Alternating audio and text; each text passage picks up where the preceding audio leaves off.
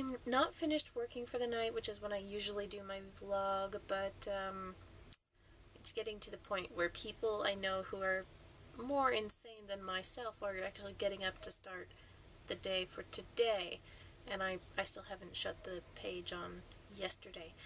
So I just figured I'd get this done real quick now. Fun story. So I've been working on stuff all morning, night, obviously, and I had Hulu going on in the background so I could watch some Stephen Colbert because he's a humorous man as well.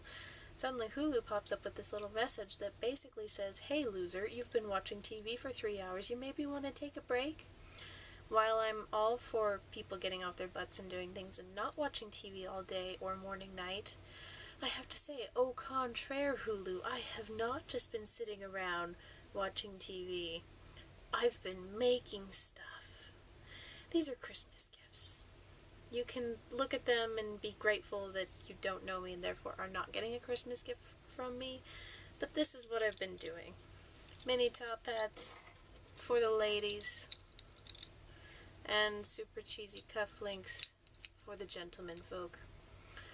For my nephew. Yeah.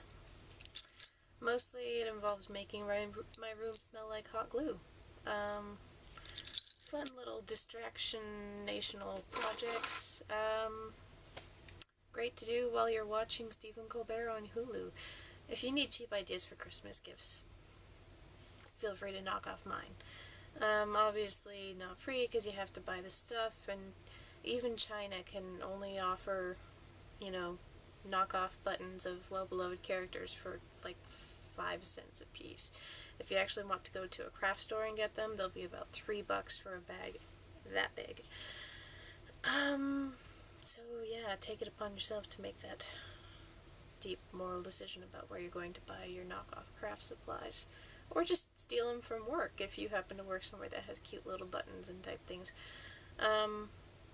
But don't, because that would be wrong. Really. So yeah, that's what I'm up to. I'm gonna keep writing now.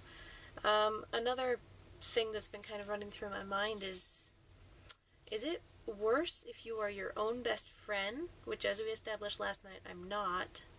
I do have a best friend who's totally awesome, and probably my only friend. No, there's a few others, but she's the best friend. Or is it worse if you're, per se, your own worst enemy? Like if, say, you're ahead of schedule, and then suddenly your brain comes up with this awesome arc that you want to slip into the novel before, when you have only a few days left to meet a certain goal, which is going to put you behind schedule by about a week and a half, but it's really necessary, otherwise the book would be incomplete. You just gotta wonder, why does my brain hate me? I mean, I'm all for this plan, but couldn't it have, come up with it, like, on schedule? But, also gotta realize life does not happen on one's own time. It just sort of happens, and you gotta roll with the punches. Especially when it comes to a creative process like trying to tell a decent story. Things are going to occur to you and change and shift and become all kinds of different awesome, and you just kind of have to work it in as it comes. You can't force the process and you can't stop the process. You just gotta work around it.